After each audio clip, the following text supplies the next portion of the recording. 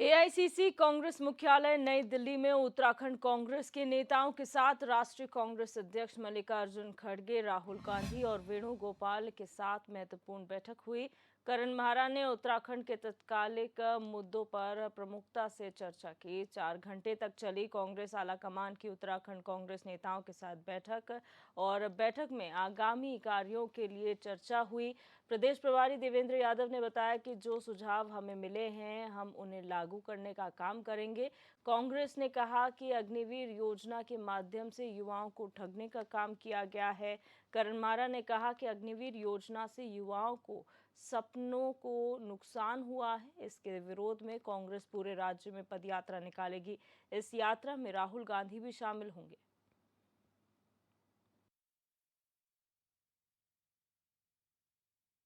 आज की जो बैठक रही बहुत ही महत्वपूर्ण थी और आदरणीय राहुल गांधी जी और आदरणीय खड़गे साहब ने आज बहुत अच्छा हमको गाइड भी किया है कि 2024 के लिए हमको क्या करना है और एक आने वाले समय में हमको एक पदयात्रा जो हमको अग्निवीर योजना का जो नुकसान उत्तराखंड में हुआ है, क्योंकि वो कुमाऊं रेजिमेंट और गढ़वाल रेजिमेंट का घर है और वहाँ का हर गांव का नौजवान फ़ौज में जाना चाहता है। उनके सपनों को जो नुकसान हुआ है उसके लिए उन्होंने हमसे कहा है कि एक लंबी पदयात्रा पूरे उत्तराखंड की आप निकालें और राहुल गांधी जी स्वयं उसमें कुछ दिन प्रतिभाग करेंगे। प्रियंका गांधी जी भी बीच बीच में प्रतिभाग करेगी और इस यात्रा को निकालने के लिए हमारे सभी सीनियर लीडर्स में बात हुई है। जल्दी यहाँ से जाने के बाद हम उसका रोड मैप तैयार करेंगे और कब से कब तक वो यात्रा चलेगी इस बारे में आप सबको भी समय से सूचित हम लोग करेंगे और निश्चित ही उनकी इस बात से हमारा उत्साह बढ़ा है। राहुल जी स्वयं 10 दिन के लगभग उस यात्रा में प्रतिभाग करेंगे। खुले मन से हमने अपनी बात कही और निश्चित रूप से आदरणीय खड़गे जी का और आदरणीय राहुल गांधी जी का हमें मार्गदर्शन मिला है। एक रोड मैप तैयार किया है, भविष्य की ये रूपरेखा तय की है। 2024 का चुनाव जो हमारे लिए बहुत ही महत्वपूर्ण है और उसके संदर्भ में हम पूरे प्रदेश में पदयात्राएं करेंगे। हमारे सीनियर लीडर उसमें मौजूद रहेंगे, एकजुट होकर काम करेंगे और आदरणीय राहुल गांधी जी ने भी आश्वस्त किया है, वायदा किया है कि मैं आपकी पदयात्राओं में प्रतिभाग करूंगा। कई ज्वलंत विषय हैं उत्तराखंड के संदर्भ में और देश के जो मुद्दे हैं। आज उत्तराखंड में माहौल बदल रहा है, बदलाव दिखाई दे रहा है और हमारी कोशिश है कि हम जनता के बीच में जाकर संपर्क करें, संवाद करें और उनके जो भी मुद्दे हैं उसको ज्वलंत तरीके से सरकार के सामने उठाएं। आज एक बहुत ही महत्वपूर्ण मीटिंग आदरणीय खड़गे जी, आदरणीय राहुल जी और केसी वेणुगोपाल जी ने उत्तराखंड के संबंध में ली है, जिसमें उत्तराखंड के मुख्य जो हमारे लीडर्स हैं वो मौजूद रहे। सभी ने दिल खोलकर अपनी अपनी बातें इस दौरान रखी। जो हमारी कमियां हैं उसके बारे में चर्चा की, हमें आगे चलना कैसे है उसके बारे में चर्चा की और मुझे लगता है कि हमें एक बहुत अच्छा गाइडेंस आदरणीय खड़गे जी और राहुल जी से मिला है और मुझे पूरी उम्मीद है कि जो 2024 का रास्ता है वो इस मीटिंग से कहीं ना कहीं मजबूत होकर हम यहाँ से निकलेंगे और जो सुझाव जो हमें प्रोग्राम मिले हैं उनको मजबूती के साथ हम उत्तराखंड में उसको लागू करने का कार्यक्रम करेंगे।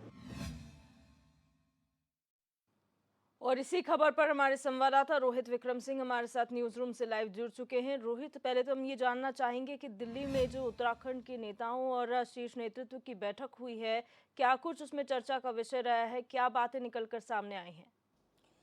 देखिए दिव्या, बहुत ही महत्वपूर्ण बैठक थी और जो हमें ब्रेकिंग इनपुट्स मिले हैं उसके अनुसार कांग्रेस के प्रदेश अध्यक्ष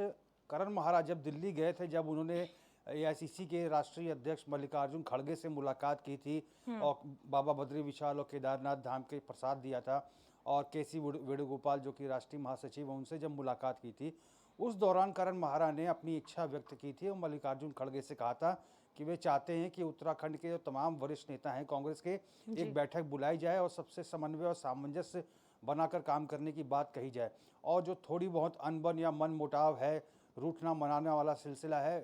ये चीज़ें समाप्त हो जानी चाहिए और इसी को ध्यान में रखते हुए एआईसीसी ने ये बैठक बुलाई थी। करीब 4 घंटे तक ये महत्वपूर्ण बैठक चली, जिसमें एआईसीसी के राष्ट्रीय अध्यक्ष मल्लिकार्जुन खड़गे, कांग्रेस के पूर्व राष्ट्रीय अध्यक्ष राहुल गांधी और राष्ट्रीय महासचिव केसी वेणुगोपाल की अध्यक्षता में पूरी बैठक हुई। बैठक में नेता प्रतिपक्ष यशपाल आर्य, प्रदेश प्रभारी देवेंद्र यादव, प्रदेश अध्यक्ष करण महारा, प्रीतम सिंह, तमाम वरिष्ठ नेता इस बैठक में मौजूद रहे और साफ तौर पर इसमें कुल मिला के ये चर्चा हुई है दिव्या की प्रदेश प्रभारी जो देवेंद्र यादव हैं, अब तक का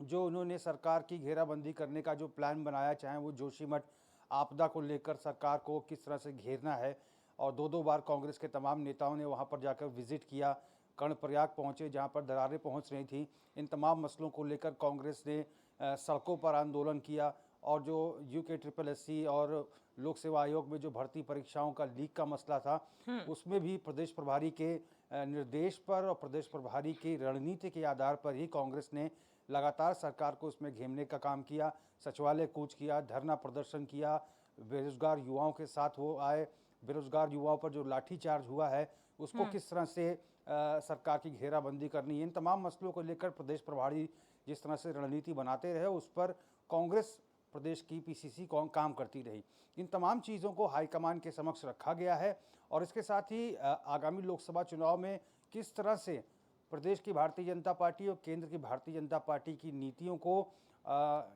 से जनता नाराज़ है, इन तमाम मसलों को लेकर जनता के बीच में जाना है, इन तमाम चीज़ों को लेकर चिंतन मंथन किया। और अभी हाल ही में केंद्र सरकार द्वारा अग्निवीर जो स्कीम है वो लॉन्च की गई है सेना के दृष्टिकोण से, जिसमें कांग्रेस का साफ तौर पर कहना है कि ये उत्तराखंड के साथ सबसे ज़्यादा छलावा हुआ है, क्योंकि उत्तराखंड ऐसा प्रदेश है जिसमें बहुतायत संख्या में सैन्य परिवार में बच्चे जाते हैं, चाहे वो गढ़वाल रेजिमेंट की बात हो या फिर कुमाऊं रेजिमेंट की बात हो। ऐसे में हालांकि ये योजना तो पूरे देश पे लागू है, लेकिन उत्तराखंड में सर्वाधिक संख्या में युवा जो हैं सेना में प्रतिभाग करते हैं, अपनी नौकरी देते हैं। कांग्रेस का कहना है कि अग्निवीर योजना लाकर सरकार ने जो बेरोजगार ये नौजवान है जो कि सेना में अपनी सेवाएं देते हैं, इनके साथ छलावा किया है। उनके मुताबिक उनका कहना है कि पहले क्या होता था कि जो सेना में उत्तराखंड का नौजवान काम करता था वो कम से कम 16 साल की नौकरी करता था एक सिपाही के तौर पर, और उसके बाद वो रिटायरमेंट लेता था और उसको सारी सुख सुविधाएं मिलती थी, चाहे वो चिकित्सीय सुविधा हो या फिर कैंटीन की सुविधा हो या फिर आवास की सुविधा हो, ये तमाम सुविधाएं उसको मिला करती थी। और स्वेच्छा से अगर रिटायरमेंट लेता है तो 16 साल, नहीं तो 54 साल की उम्र में वो कैप्टन बन के रिटायर होता था और ऐसे में उसको और ज़्यादा सुविधाएं मिलती थी। लेकिन अब अग्निवीर योजना आ जाने से सिर्फ 4 साल में सैनिकों की नौकरी समाप्त हो रही है और कोई सुविधा भी नहीं मिल रही है, यहाँ तक कि उन्हें सिक्योरिटी गार्ड की नौकरी तक नहीं मिल रही है। तो इन तमाम मसलों को लेकर कांग्रेस नाराज है। उसने कहा है कि सबसे ज़्यादा उत्तराखंड ही प्रभावित हो रहा है, क्योंकि यहाँ हर दूसरे घर से एक बच्चा भारतीय सेना में है। तो ऐसे में तमाम मसलों को लेकर जनता के बीच जाया जाएगा। किस तरह से भारतीय जनता पार्टी दोहरे चरित्र की बात करती है, एक तरफ तो सैन्य धाम बनाती है, 2022 के चुनाव से पहले शहीद सम्मान यात्रा निकाली जाती है और शहीदों के साथ ही कुठाराघात हो रहा है और 4 साल में उनकी सेवाएं सेना से समाप्त कर दी जा रही हैं।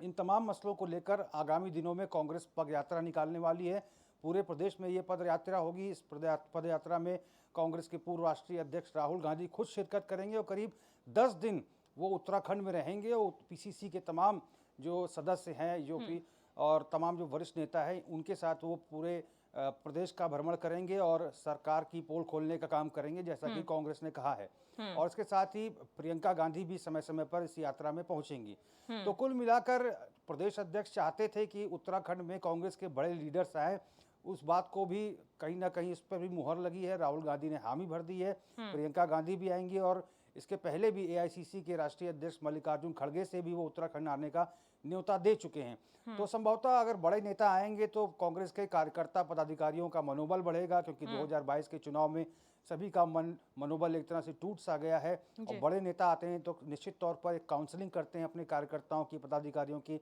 तो उस पर कहीं ना कहीं कार्यकर्ताओं पदाधिकारियों में जोश आता है और यही जो है कांग्रेस से करने वाली है, और ताकि 2024 के लोकसभा चुनाव के लिए पार्टी का वर्कर पूरी तरह से तैयार हो सके। बिल्कुल रोहित, एक बात जानने वाली है कि आखिर ये जो अग्निवीर योजना है वो तो चली आ रही है, वो आज की योजना नहीं है, वो कुछ समय पहले लागू कर दी गई थी, लेकिन अब जाके क्यों कांग्रेस इसको उठाना चाहती है? क्या कांग्रेस को ये समझ में आ रहा है कि 2024 से पहले जो है अगर आर्मी की बात की जाएगी, सेना की बात की जाए, तो कहीं ना कहीं जो इमोशंस हैं लोगों को, उनको उनको टच किया जाएगा और इसका सफलता मिल सकती है उन्हें 2024 में? या फिर वजह कुछ और है? क्योंकि अंदर खाने कांग्रेस को भी शायद ये समझ में आ रहा है कि उनके जो मुद्दे वो उठा रहे हैं वो नाकाफी साबित हो रहे हैं बीजेपी के सामने। बिल्कुल दिव्या, आपने बिल्कुल ठीक कहा, क्योंकि कांग्रेस जो है इसे चुनावी मुद्दा बनाना चाहती है और स्पष्ट रूप से कहा भी गया है कि लोकसभा चुनाव से पहले हम इस मुद्दे को उठाएंगे और चुनावी मुद्दा बनाएंगे। 2022 में दिव्या, आपको याद होगा, चमोली के साड़ गांव से भारतीय जनता पार्टी ने शहीद सम्मान यात्रा निकाली थी और भारतीय जनता पार्टी की राष्ट्रीय अध्यक्ष जेपी नड्डा की अध्यक्षता में ये यात्रा शुरू हुई थी। करीब 1 महीने यात्रा निकली थी और उत्तराखंड के हर घर से, जहाँ जहाँ भी भारतीय सेना में, चाहे वो थल सेना हो, वायु सेना हो, नौसेना हो, जहाँ भी उत्तराखंड के नौजवान सेना में अपनी सेवाएं दे रहे हैं और जिनके बालक जो हैं सेना में काम करते हुए शहीद हो गए, उनके आंगन की मिट्टी को कलशों में समाहित करके पूरे 1 महीने की पूरी यात्रा निकालकर सैन्य धाम, जो जिसका जिक्र प्रधानमंत्री करते हैं कि उत्तराखंड का 5वां धाम सैन्य धाम है, उसकी आधारशिला में इस मिट्टी को समाहित किया गया था और रक्षा मंत्री राजनाथ सिंह भी पहुंचे थे। तो और 2022 के विधानसभा चुनाव में बेहद अपार सफलता भी भारतीय जनता पार्टी को मिली थी। और तो अब कांग्रेस इसी रणनीति पर चलना चाहती है। वो कहीं ना कहीं भारतीय जनता पार्टी की पोल खोलना चाहती है कि बीजेपी एक तरफ तो शहीद सम्मान यात्रा निकाल रही है, सैन्य धाम बना रही है, दूसरी तरफ सेना के साथ ही जो नौजवान काम कर रहे हैं उत्तराखंड के सेना में, जो अपनी सेवाएं दे रहे हैं, उनके साथ ही कुठाराघात करके 4 साल में ही उनकी सेवाएं समाप्त कर दी जा रही है। तो ये तमाम चीज़ें हैं जिसको लेकर कांग्रेस जो है पद यात्रा निकालेगी और निश्चित तौर पर ये चुनावी मुद्दा ही होगा। बिल्कुल रोहित, और जिस तरीके से आपने कहा कि कांग्रेस ने अपने प्रदेश अध्यक्ष के नेतृत्व में बहुत सारे ऐसे कार्यक्रम किए हैं, लेकिन हमने देखा है कि वही प्रदेश प्रभारी हैं जिनके खिलाफ जो है कई नेता मुखर नजर आ रहे थे और उनका कहना था कि अगर ये प्रभारी रहे तो शायद काम करना प्रदेश में मुश्किल हो जाएगा। बीच में ये भी खबरें आ रही थी कि शायद हो सकता है प्रदेश प्रभारी को बदला जा सके, लेकिन मीटिंग में जिस तरीके से बातें हुई हैं, क्या ये नजर आया कि प्रदेश प्रभारी बदले जा सकते हैं या फिर यही कंटिन्यू करेंगे और नेताओं को समझाया जा रहा है कि अभी आप शांत रहिए? जी देखिए दिव्या, एक रूटीन पॉलिसी के अनुसार प्रदेश प्रभारी का तो बदला जाना है, क्योंकि कई प्रदेशों में प्रदेश अध्यक्ष भी बदले गए हैं और लोकसभा चुनाव से पहले कई राज्यों में प्रदेश प्रभारी भी बदले जाएंगे। और जो ब्रेकिंग इनपुट्स आ रही हैं उसके मुताबिक देवेंद्र यादव को दिल्ली कांग्रेस का प्रदेश अध्यक्ष बनाया जा सकता है और लोकसभा चुनाव से पहले प्रदेश प्रभारी को बदला जाएगा। लेकिन कब बदला जाएगा ये डेट अभी सुनिश्चित नहीं है। हो सकता है 2 महीने बाद, हो सकता है 4 महीने बाद, लेकिन अभी डेट सुनिश्चित नहीं है। अभी तो फिलहाल देवेंद्र यादव के नेतृत्व में ही काम करना होगा। जहां तक आपने अंदरूनी कलह की बात की, तो निश्चित तौर पर कांग्रेस के जो वरिष्ठ नेता है, पूर्व प्रदेश अध्यक्ष प्रीतम सिंह, उनकी अनबन समय समय पर चलती रही है। लेकिन इस बैठक के बाद, क्योंकि 4 घंटे की बैठक थी, इस बैठक के बाद कहीं ना कहीं कांग्रेस ने अपने आप को डैमेज कंट्रोल करने का काम किया है। बिल्कुल, बहुत शुक्रिया रोहित हमारे साथ जुड़ने के लिए और तमाम जानकारी साझा करने के लिए।